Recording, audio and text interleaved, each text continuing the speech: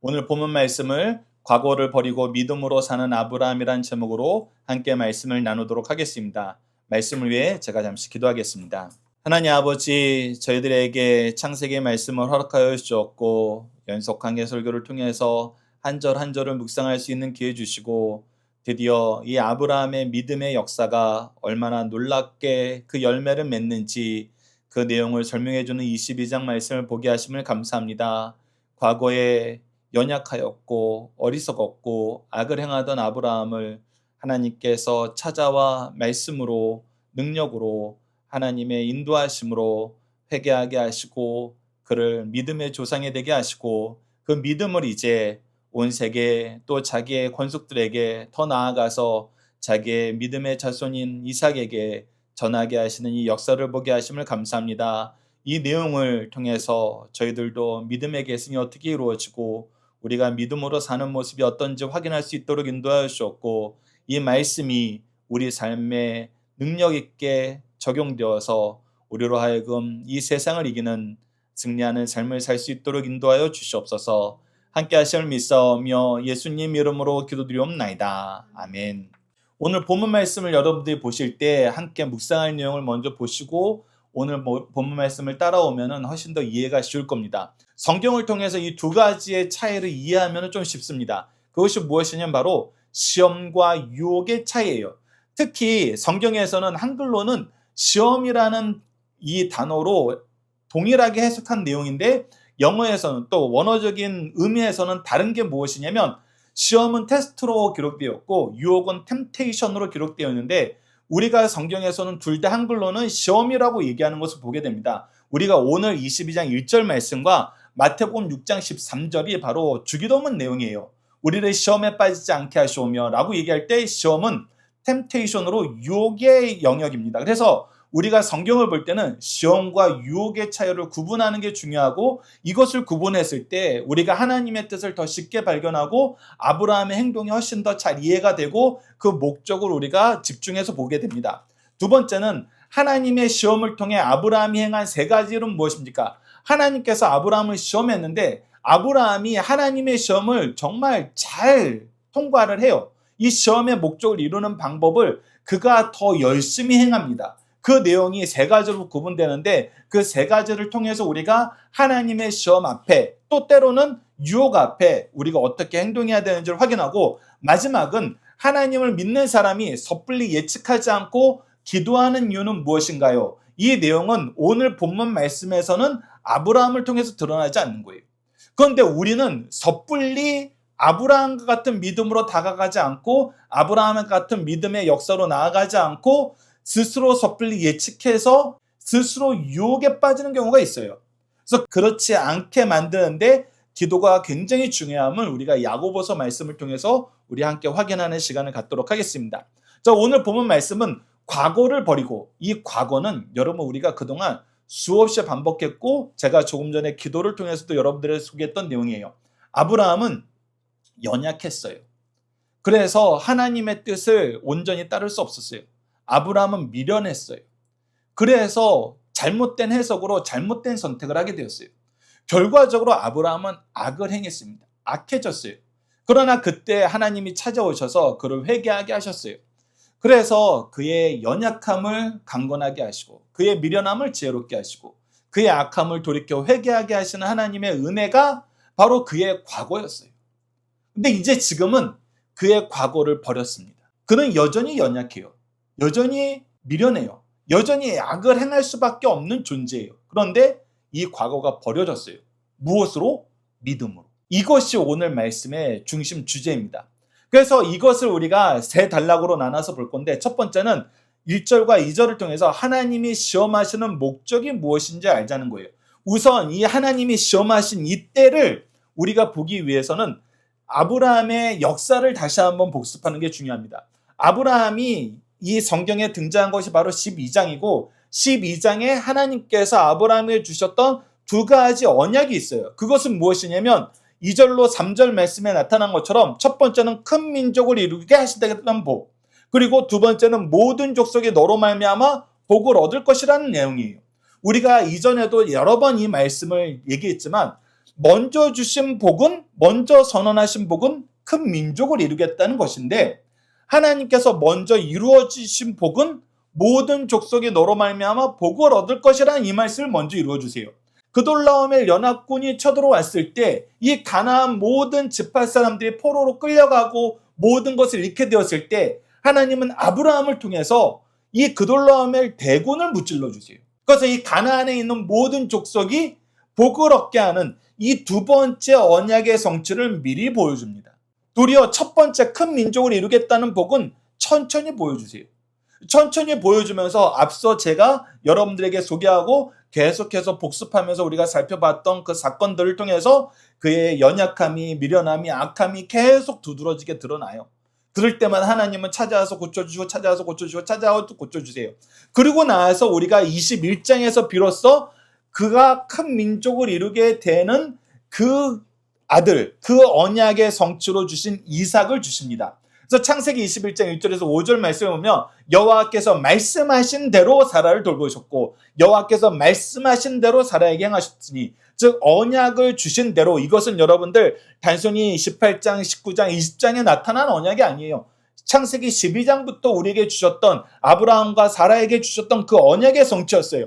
그대로 하나님께서 행하셨기 때문에 사라가 임신하고 하나님이 말씀하신 씨가 되어 아브라함의 아들을 낳았고, 그 이후에 아브라함의 삶의 모습을 보면은 하나님이 말씀하신 대로 그 아이들의 이름을 이삭이라 하였고 하나님이 명령하셨던 대로 할례를 행했어요. 그때가 바로 백세란 겁니다. 우리가 이미 알다시피 아브라함이 하나님께 부르심을 받고 이 가나안 땅으로 내려오게 된 건 75세였고 지금 아들을 얻게 된 건 25년이 지난 100세 때예요.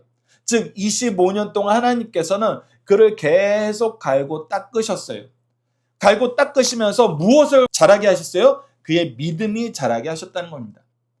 그래서 그의 믿음에 대해서 히브리서 11장 11절로 12절에 이렇게 얘기합니다. 믿음으로 사라 자신도 나이가 많아 단산하였으나 잉태할 수 있는 힘을 얻었으니, 즉 그의 몸이, 그의 생식기관이 죽었는데 그것이 살리는 부활의 은혜를 그들이 경험하게 됐어요. 그래서 이를 통해서 분명하게 알게 된 건 무엇이냐면 이는 약속하신 일을 미쁘신 줄 알았습니다. 즉 하나님께서는 약속하신 것을 반드시 이루시는 언약의 하나님이란 걸 알았다는 거예요. 그리고 이 언약의 하나님이 그들에게 경험하게 한 것은 죽은 자와 같은 한 사람으로 말미암아 하늘의 허다한 별과 또 해변의 무수한 모래같이 마든 후손이 생육하게 되는 이 부활의 믿음을 갖게 하셨다는 것입니다.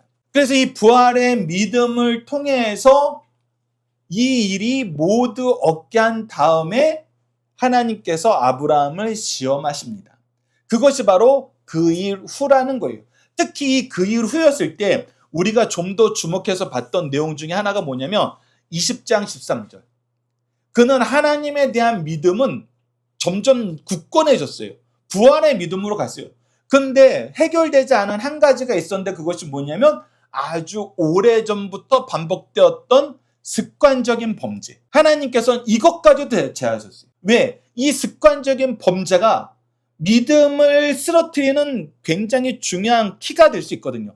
작은 구멍이 둑을 무너뜨리는 것처럼 그 믿음을 무너뜨릴 수 있는 일이 돼요. 하나님께서 그에게 사라를 통해서 아이를 주겠다고 약속하신 그 정확한 워딩을 들은 다음에도 자기 아내가 하나님이 주신 가정의 틀에서 벗어나는 일을 그는 습관적으로 다시 했어요. 그래서 하나님이 이것을 제거하시는 거예요. 계속 제거하시는 거예요. 그래서 이걸 제거해서 그의 믿음을 굳건히 하고 그의 오래된 죄악의 습관을 제거하신 그 일 후라는 겁니다. 더군다나 우리가 지난해 마지막 부분에서 확인했던 것은 결국 이삭이 태어났을 때 그가 인간적인 계산으로, 인간적인 해석으로 잘못하여서 얻었던 육체적인 아들 이스마엘이 이 이삭을 학대해요.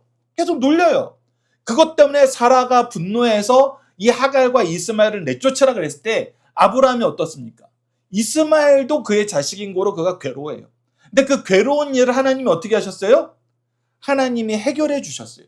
그러니까 이 일 후라는 거는 그의 믿음이 성장하고 그의 죄가 제거되고 그리고 내가 가지고 있던 모든 고민과 나의 모든 연약함과 두려움과 이 모든 악함의 그런 씨앗들을 하나님이 다 해결해 주신 이유라는 거예요. 그러니까 하나님이 아브라함을 시험하실 때에는 시험을 통과하면 복을 주기 위해서 시험을 하신 것이 아니라 이미 모든 복을 다 주시고 그가 두려울 때에도 그가 연약할 때에도 그가 미련할 때에도 악을 행할 때에도 하나님은 계속 복을 주셨어요. 주셔서 그가 성장하게 하고 온전한 믿음을 갖추게 하신 이후에 그를 시험하신 거예요. 여러분 이 부분을 우리가 주의 깊게 봐야 됩니다. 우리가 이 세상을 살다 보면은 이 세상이 경쟁 사회여서 우리가 교회에서 가정에서 자녀를 양육할 때에도 성도들을 섬길 때에도 시험하고 통과된 사람들을 중용하는 경우가 있어요. 여러분 그거는 성경의 방법하고 완전히 다른 거예요. 그리고 그 시험은 유혹이 돼요. 그러나 하나님이 하시는 시험의 목적은 분명히 유혹하고 차이가 있다는 것을 우리가 오늘 발견하게 됩니다. 그래서 그 시험의 내용이 뭐였어요? 창세기 22장 2절이었어요. 여러분 우리 함께 읽어봅시다. 시작. 여호와께서 이르시되 내 아들 내 사랑하는 독자 이삭을 데리고 모리아 땅으로 가서 내가 내게 일러준 한 상 거기서 그를 번제로 드리라. 여러분들 그에게 믿음이 없었으면은 이 말은 너무나 받아들이기 힘든 말이에요. 아니 하나님 이삭을 통해서 큰 민족을 이루겠다고 하셨잖아요. 그러면 이 이삭이 살아서 결혼해서 자식을 낳아야 돼요. 그런데 이 이삭이 꽃을 피워보기도 전에 죽이라니. 이게 어떻게 된 일입니까? 우리 인간의 상식과 인간의 경험 안에서는 이 두 말씀이 충돌을 해요. 어려운 거예요. 그런데 아브라함의 믿음은 이미 무슨 믿음으로 자랐어요? 부활의 믿음으로 자랐어요. 하나님은 약속하신 것은 반드시 이루시는 미쁘신 분이란 믿음으로 자랐어요. 그러니 나의 한계에서는 안 되지만 하나님께서 능치 못할 일이 없으시다는 걸 알고 하나님께 순종함으로 하나님의 언약의 성취를 내가 보게 된다는 오히려 기대를 하게 되는 거예요. 그래서 이것은 유혹이 아니라 시험이라는 거예요. 그 유혹은 무슨 차이가 있느냐라고 했을 때 앞서 우리가 함께 묵상할 내용을 통해서 소개했던 것처럼 마태복음 6장 13절에서는 시험을 템테이션, 유혹이라고 얘기합니다. 이 유혹은 우리가 의의 길로 가는데 의의 길에서 벗어나 우리가 악을 행하게 만드는 거예요. 그러나 이 시험은 무엇을 이루는 것이냐? 하나님의 뜻을 이루고 하나님의 은혜를 선포하는 기회를 준다는 것을 우리가 두 번째 단락에서 보게 됩니다. 그래서 아브라함은 이것이 유혹이 되지 않았어요. 이것은 하나님의 뜻을 이루고 하나님의 뜻이 나를 통해서 선포되게 하시는 계기가 될 것을 알았어요. 여러분 이 두 가지 차이를 우리가 잘 이해하면서 자녀를 양육하고 성도들을 섬겨야 돼요. 이것을 충분히 할 수 있는 모든 경험과 모든 돌봄과 모든 은혜를 다 주신 다음에 너는 이것을 선포해라 라는 명령을 주신 것이 바로 시험이고, 아무것도 할 수 없는 사람에게, 연약한 사람에게, 미련한 사람에게, 방법을 몰라서 악을 행할 수밖에 없는 사람에게 살금살금 악으로 오라고 얘기하는 것을 유혹이라는 거예요. 여러분 이 차이를 아시면서 아브라함이 어떻게 이 일을 해결하는지를 한번 봅시다. 두 번째 단락은 3절에서 8절로 아브라함의 믿음의 고백들을 우리가 확인하게 돼요. 특히 그 믿음의 고백에서 그 믿음이 무엇이었느냐라고 했을 때 아브라함은 믿음을 고백할 때 항상 반복했던 것이 바로 하나님께 예배하는 거였어요. 그는 하나님의 언약을 근거로 하나님과 동행하는 삶을 위한 예배를 드리는 것을 기뻐하는 사람이었어요. 그래서 우리가 계속해서 반복해서 봤던 것처럼 아브라함이 가나안 땅에 처음 도착했을 때도 그가 제단을 쌓고 여호와의 이름을 불렀어요. 여호와의 이름을 불렀다는 것이 이제 어떤 뜻인지는 여러분도 오늘 오후 예배 때 사도신경 성부 하나님을 볼 때 우리가 이 내용들을 같이 확인할 수 있습니다. 그리고 나서 그 룻이 떠났을 때에도 하나님이 다시 한번 그에게 이 사방의 모든 땅을 다녀보면서 내가 너에게 이 땅을 주고 큰 민족을 이루게 하겠다는 그 언약을 기억하라 할 때에도 아브라함은 그것을 통해서 예배드렸어요. 나는 하나님과 함께하는 삶이 좋아. 브엘세바라는 이 언약의 땅을 아비멜렉과 맺은 다음에서도 그는 여호와의 이름을 불렀어요. 나는 하나님과 함께할래. 그래서 하나님께서 제단을 쌓아라, 번제를 드리라라는 것은 아브라함의 입장에서 무엇을 표현이었냐면, 하나님이 무엇을 요청한 거냐면 하나님과의 언약으로, 하나님과의 동행으로 나아오라는 말씀, 그 이상 그 이하도 아니었다는 거예요. 매개체가 자기 아들이었지만 그 본질은 변하지 않는다는 거예요. 하나님과 함께하는 것은 변하지 않는다. 하나님의 언약이 성취되는 건 변하지 않는다. 그렇다면 나는 기꺼이 이 예배로 나아가리라.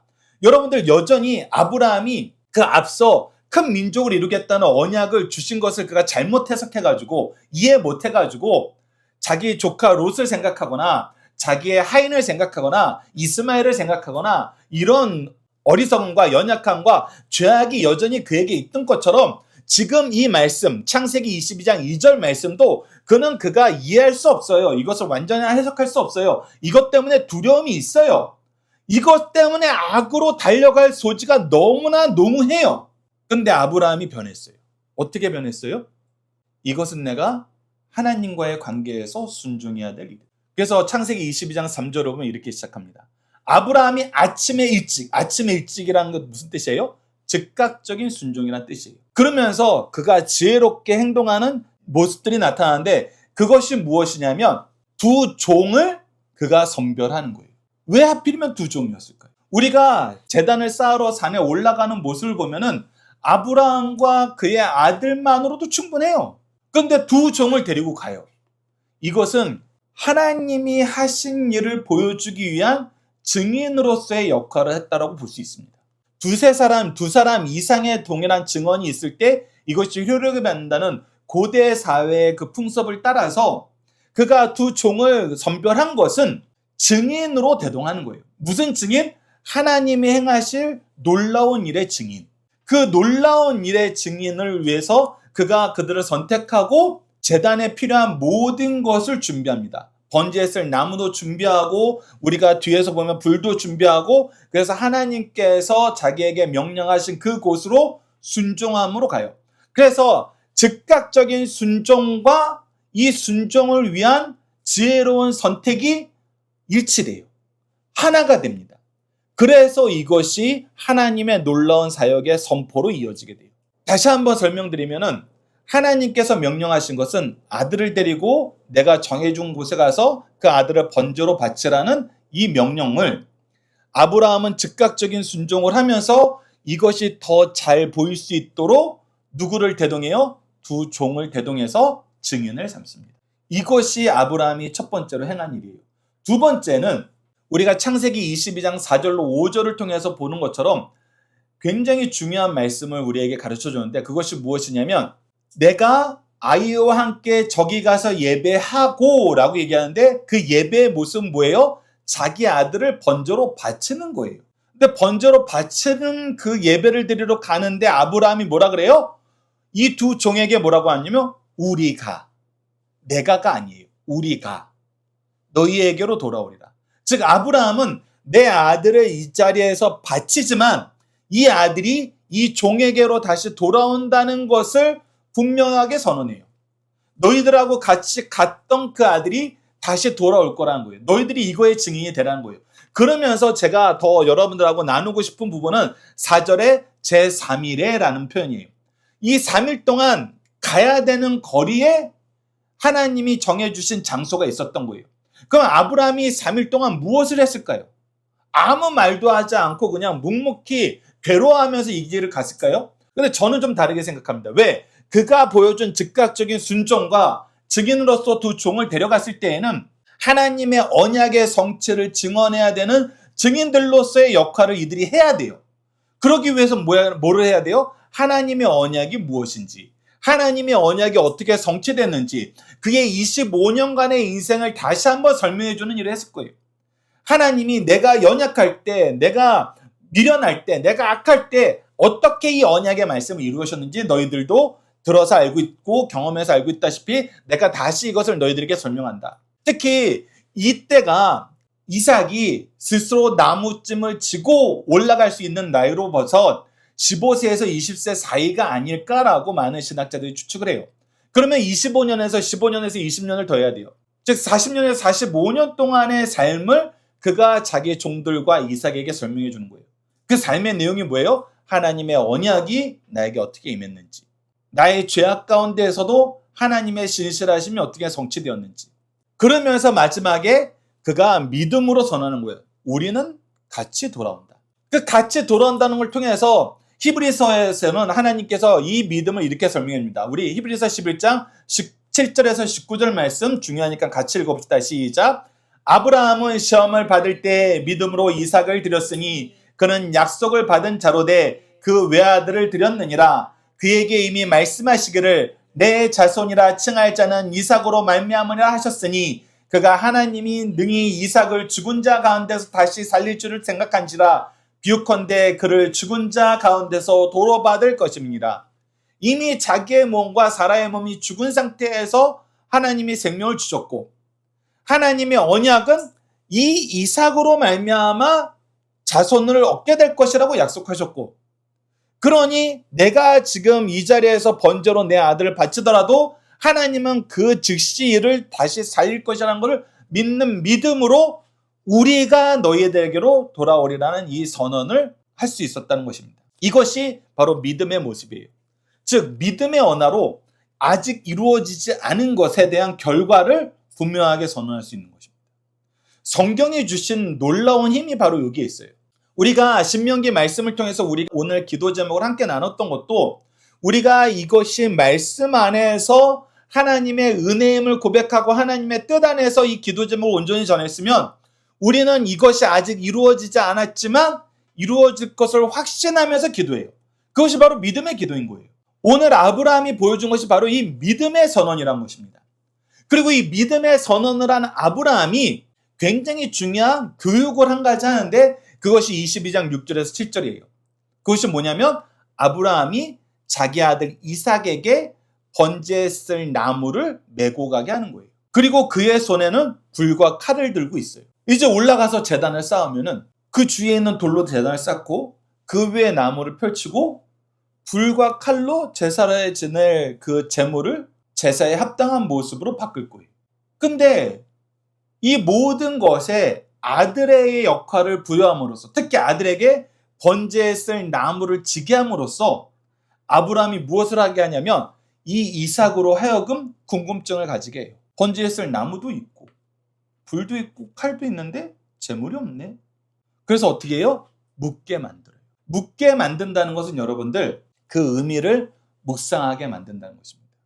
하나님의 계획을 더 자세하게 살펴볼 수 있는 기회를 제공한다는 거예요. 그래서 세 번째로 어떤 일이 발생해요? 바로 하나님께서 준비하심을 선포하는 일을 합니다. 믿음으로 결과를 미리 선포하고 결과에 순응할 수 있도록 아들에게 하나님의 준비하심을 선포하는 거예요. 여러분 이것이 그냥 인간적인 관점에서 보면 어떻게 자기 아들을 제물로 쓸 건데 그것을 아들에게 가르쳐주지도 않고 오히려 그 아들이 이것을 궁금하게 만들어. 이거 일반적인 사람들이 생각하면 굉장히 폭력적인 행동이에요. 근데 아브라함은 그 믿음의 역사 안에서 자기 아들이 무엇하지 않길 바라는 거예요. 자기가 25년 동안 방황했던 그 믿음의 방황을 하지 않길 바라는 거예요. 그래서 3일 동안 하나님의 언약의 역사를 설명하고 이 일의 의미를 분명히 선언해요. 여러분들 종들에게 우리가 다시 내려올 거라고 얘기했다는 것은 그 아들에게 우리가 같이 내려올 거라고 선언한 거라고 동일해요. 종들에게만 선언한 게 아니라 이삭에게도 선언한 거예요.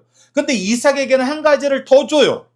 그 무엇이냐면 하나님의 준비하심을 따르는 순종을 네가 얻어야 된다는 거예요. 아브라함이 25년 만에 갖게 된 믿음을 지금 이삭이 순식간에 갖길 바라는 거예요. 여러분 이것이 믿음의 부모의 마음입니다. 믿음의 부모의 마음이에요. 나처럼 다시 실패하지 마. 나처럼 고생하지 마. 나처럼 방황하지 마. 제가 그래서 앞서 기도 시간에 찬주의 기도 제목을 듣고 저의 경험을 토대로 저처럼 방황하지 말라고 얘기를 한 거예요. 아브라함은 이것을 이삭이 받아들일 수 있도록 열심히 준비하고 열심히 실천한 거예요. 그러면서 다음 주에는 우리가 이것이 어떻게 되었는지 이미 어려서부터 성경 내용을 잘 알기 때문에 여러분들은 고민할 필요가 없죠. 이미 어떻게 되는지 알아요. 그래서 우리가 세 번째 단락은 좀 더 다른 관점에서 보고자 합니다. 그것은 뭐냐면 섣불리 예측하지 말고 끝까지 순종하자는 거예요.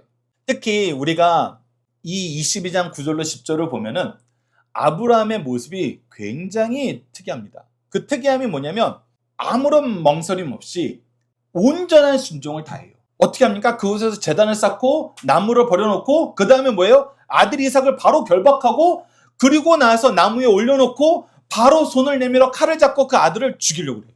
번제 제물로 바치려고 그래요. 그러니까 머뭇거림이 없어요. 머뭇거림이. 근데 이거에 대한 결과가 우리가 다음 주에 나눌 말씀이지만 22장 12절에 나타납니다. 이것을 우리가 먼저 잠깐 맛볼게요. 22장 12절 함께 읽어봅시다. 시작. 사자가 이르시되 그 아이에게서 내 손을 대지 말라. 그에게 아무 일도 하지 말라. 내가 내 아들 내 독자까지도 내게 아끼지 아니하였으니 내가 이제야 내가 하나님을 경외한 줄 아노라. 여기서 하나님을 경외한다는 것은 fear the Lord 해가지고 두려워하는 그 경외심이에요. 근데 이 경외심은 우리가 terrify, 공포에 떠는 경외심이 아니에요.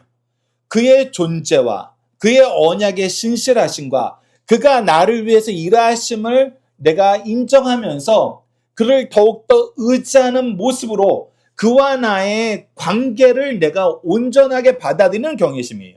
그러니까 내가 부모와 자녀 관계가 너무나 좋아요. 너무나 화목해요. 너무나 진실돼요. 그 안에서 행복해요. 그런데도 불구하고 아들이 부모의 위치를 차지하려고 그러지 않고 부모의 권위를 무시하려 하지 않고 부모에 대한 공경을 계속 이어가는 것.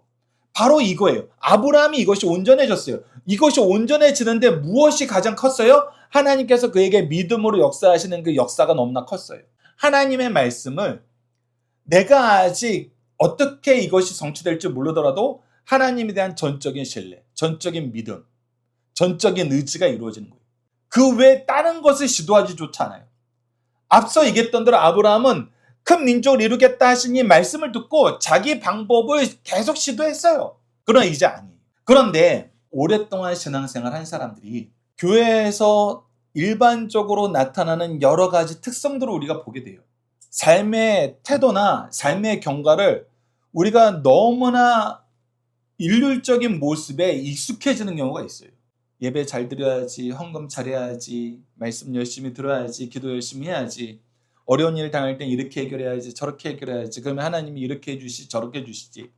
우리가 그냥 그 익숙한 삶의 모습 안에서 이런 일이 생길 때는 하나님이 이렇게 하실 거야 라고 하면서 섣불리 예측하는 경우가 있어요. 우리 주위에 아픈 사람이 있어요. 시한부 선고를 받은 사람이 있어요. 그랬을 때 많은 그리스도인들이 하나님께 기도하면 히스기야의 생명을 연장해 주신 것처럼 우리의 생명을, 우리 가족의 생명을, 내 사랑하는 사람의 생명을, 우리 성도의 생명을 하나님이 연장해 주실 거야 하면서 열심히 기도해요. 그리고 실제로 한국 사회에는 그 은혜를 받은 사람이 너무나 많아요. 그 은혜를 증언하는 사람들이 너무나 많아요. 그래서 당연히 우리에게도 이 말씀이 임하겠지라고 생각하면서 열심히 기도하고, 때로는 굉장히 중요한 부분인데 오랫동안 신앙생활 했던 사람들은 하나님이 잘 해결해 주실 거야 라고 생각하면서 기도도 안 한 사람이 있어요. 결과는 결국 정해져 있어 라고 생각하는 경우가 있어요. 그러면서 무엇을 안 해요? 온전한 순종을 안 해요. 아브라함이 보여준 것 같은 온전한 순종이 아니에요. 어떻게 해요? 적당히 간을 봐요. 그래, 이번 주에는 새벽 예배 나가지. 그래, 내가 그래도 하나님의 은혜를 구하는데 헌금은 좀 더 해야지. 여러분, 제가 이 얘기를 왜 하냐면 새벽 예배 다녀야지, 헌금을 좀 더 해야지 하는 것은 여러분 성경에 나와 있는 하나님을 경외하는 모습의 표면적인 것이지 중심이 아니에요. 근데 오랫동안 신앙생활 했던 사람들은 그 중심을 보지 않고 표면적인 것으로 적당히 이렇게 하면 되겠지라고 섣불리 예측하면서 살아요. 근데 이 섣불리 예측했던 것이 어긋나기 시작하면 어떻게 돼요? 완전히 무너져요. 때로는 하나님을 원망하기도 하고 교회 사람들을 비난하기도 하고 악한 사람과 선한 사람을 구분 못하고 좌충우돌하게 돼요.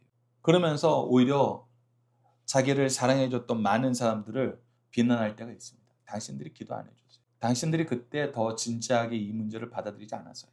그래서 여러분들, 우리가 이 세 번째 단락은 좀 더 다른 관점으로 여러분들에게 소개하는 거예요. 왜? 여러분들은 오랫동안 신앙생활 하신 분이니까. 중요한 거는 섣불리 예측하고 하나님이 알아서 하시겠지라고 생각하고 사는 게 아니라 정말 온전한 순종을 하는 거예요.